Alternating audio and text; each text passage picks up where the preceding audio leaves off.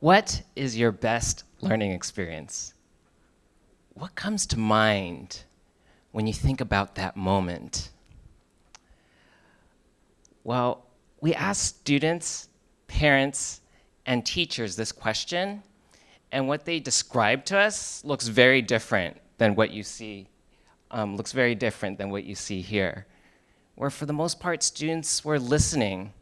They were just sitting and the teacher was sharing information. Although, for the most part, this was my experience growing up. I sat in one of these desks. I was having a hard time paying attention. And when it was time, I would take a test. And sadly, I didn't always do very well on them. But that's how they assessed whether or not we learned or not. Unfortunately, this type of situation doesn't necessarily prepare us for situations that look more like this in our workplaces, where 21st century skills such as communication, collaboration, leadership, curiosity, critical thinking are being applied every single day. Tony Wagner talks about this problem in the Global Achievement Gap. He shares that 65% of professors mention and notice that students aren't prepared as they come into college. They're not prepared for the academic rigors. And he argues that the new world of work, the changing world of work, requires new skills, skills that cannot be measured simply by a test. And so I think we have a problem. If we keep going the status quo, I think our situation is dire. Students come in to our classrooms curious. They come in interested. They want to learn. But over time, something happens, something changes, and suddenly they're not as motivated. Some are bored, and sadly, some even drop out. I believe as a teacher, this is a complete tragedy, and we have to do something about it. And I wonder, what can we do? How can we make the learning experience more engaging and meaningful? And so I gathered some students, and we asked this question: how can we reimagine the learning experience for them? I dug into the research, and what I found was quite surprising. The research shows that students aren't doing this most of the time. They're not sitting in desks, and they're not just listening passively. Instead, they're engaging in the learning process. It looks far more like this. And as I dug deeper into the research, I dug and found out about John Hattie's work for visible teaching and learning. He went through all of the work of studying these studies from all around the world and thought of some things are the most effective ways. Also, I looked at Linda Darling Hammond and Robert Rothman's work of systems perspective in education. And I also looked at the growing body of research that talked about project-based teaching and learning. And as I was starting to look at all of this research and putting it all together, I noticed that something was kind of missing. We were looking at this from a teaching perspective, we were looking at it from a systems perspective, but we're missing that of the perspective of our students. And so I wanted to focus a little bit today on Mark McCrindle and Ashley Fell's work on Generation Alpha, which just came out this year. They've done a significant amount of research in this area, and they've discovered that when educators, when people decide to look in and support students by integrating technology, it really helps Generation Alpha students. When they consider the aspect and role of community, that supports them. And when you consider and teach what we call transferable and leadership skills, this can be really powerful in getting Generation Alpha to have what they need to walk into the workplace. They also talked about we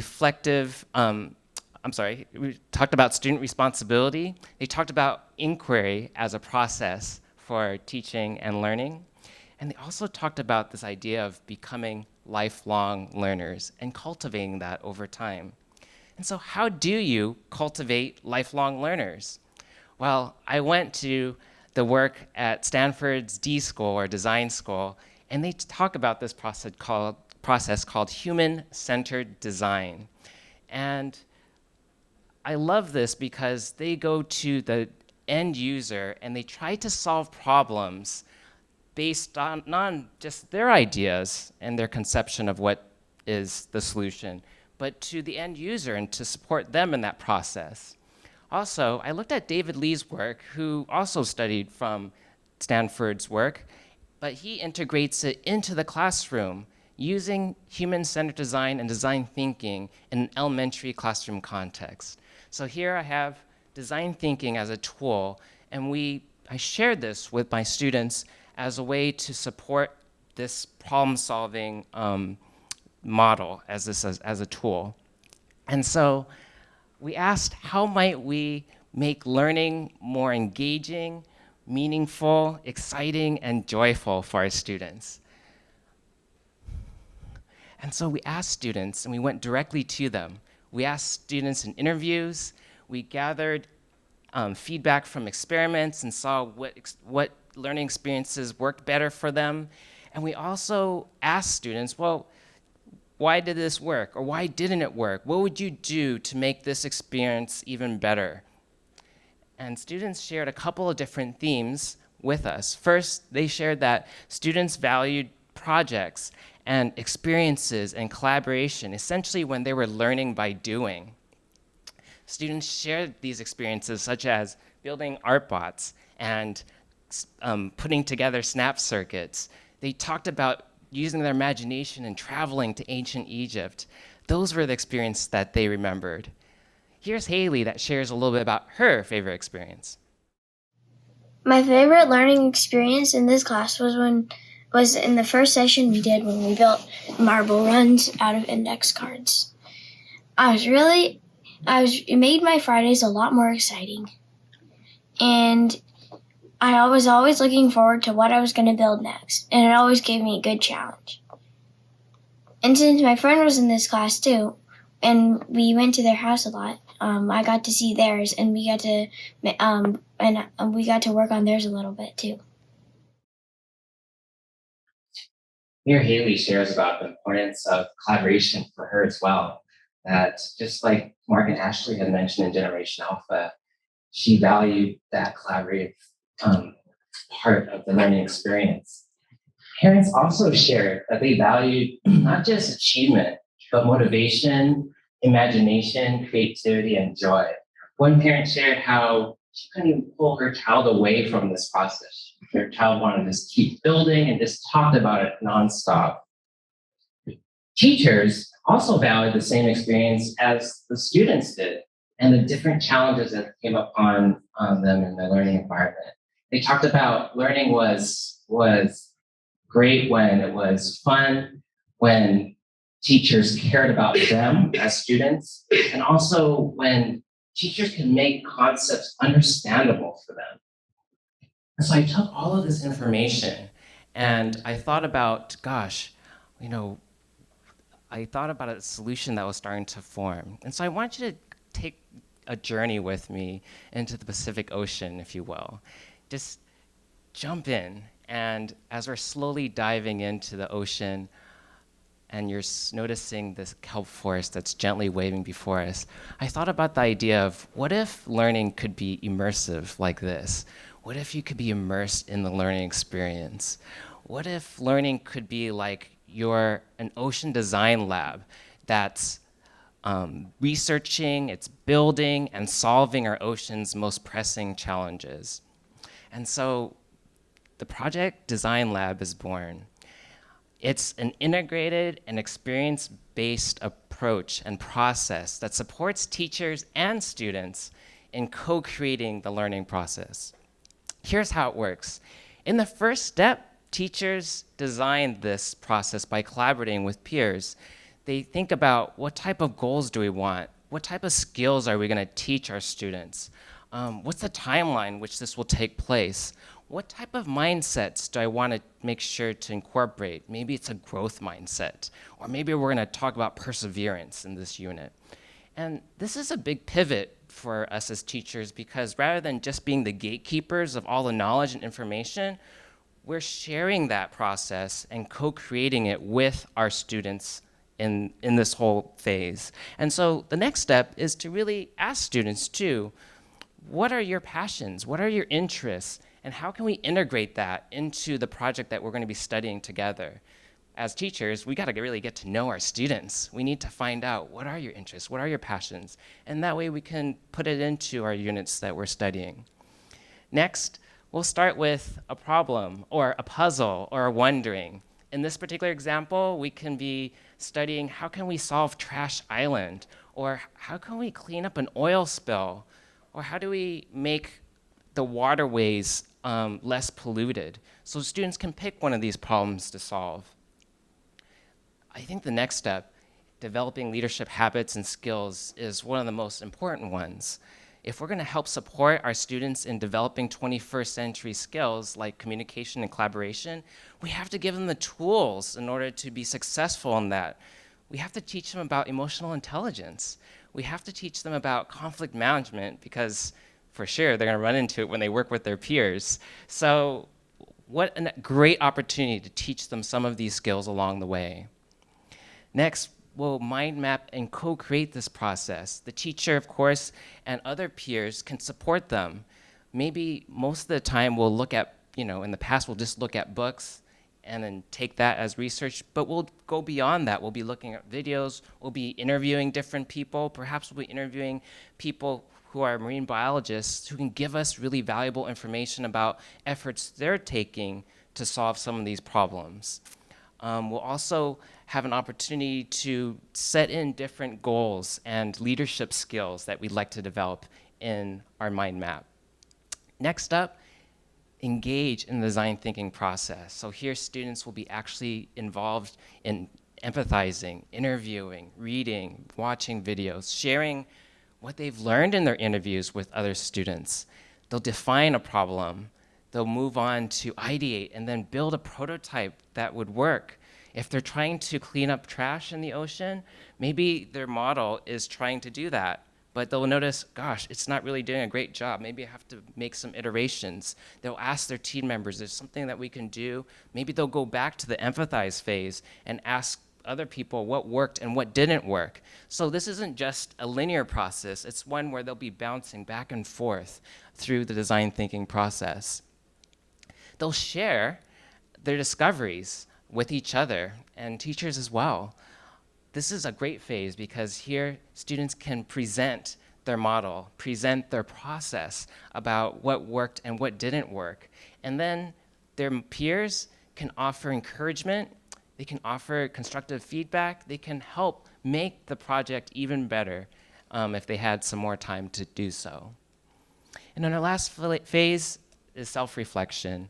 Students will look back at their mind map from the very beginning, and they'll take a look and ask themselves, gosh, what did I learn in this unit? What were some goals that I was able to meet? What goals didn't I quite meet? And what can I do going into the future as I move on to future projects that I'd like to work on? So this self-reflection step is really powerful in helping students own their learning. And so that's Project Design Lab. 8 different steps that help support and kind of build a roadmap for how to engage students in the learning process, but through this co-creation. We tested it with teachers by suggesting the ideas and concept, and they gave me really valuable feedback on the process. And we also tested it with students in about 6 or 7 months, and we met about 1 time a week. But near the end, we had this unique opportunity to meet for 8 days, 2 hours each, and that was an incredible process. Here, I'm going to share a little snapshot of a time for our project design lab of a project called A New Tiny House, and students will also share some self-reflections at the end. The English countryside, like where I want. This tunnel's like 10. Couch and this where you saw already. Yeah. Here's a little sink. Yeah.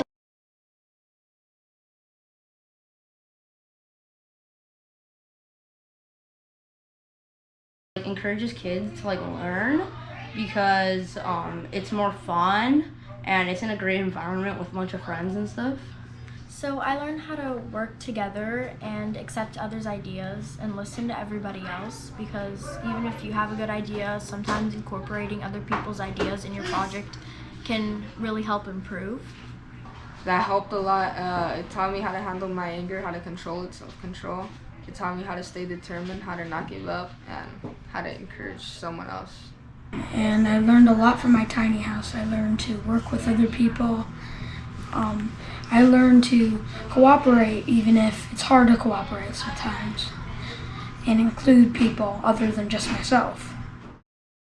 And so, as you can see, Project Design Lab was really engaging for our students. They were diving into this whole process, and a lot of the students' self-reflections were talking about how they were incorporating those 21st century skills. They were talking about those leadership skills, the ones that I learned, and it was amazing to see that process come together.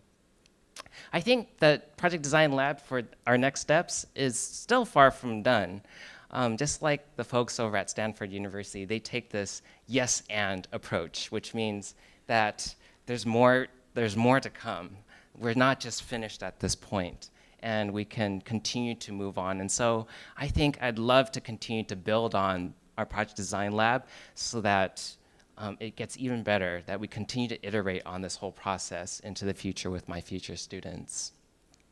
So some leadership reflections for me. One of the things I've discovered is how amazing this design process has been in supporting students and solving some of these big challenges, like how do you solve some of these challenging educational problems? And so I think design thinking really helped to support that process.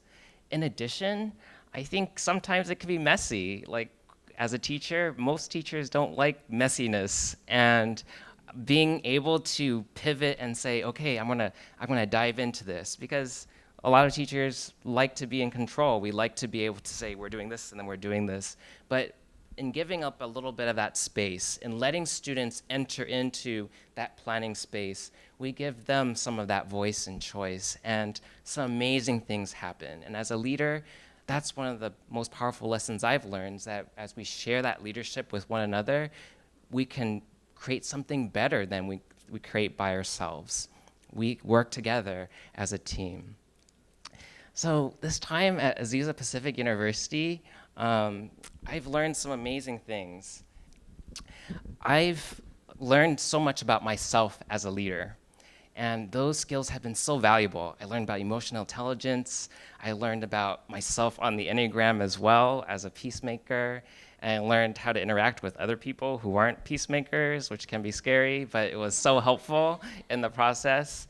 And I also learned about conflict management, which was incredible because I can bring this and share it with my students.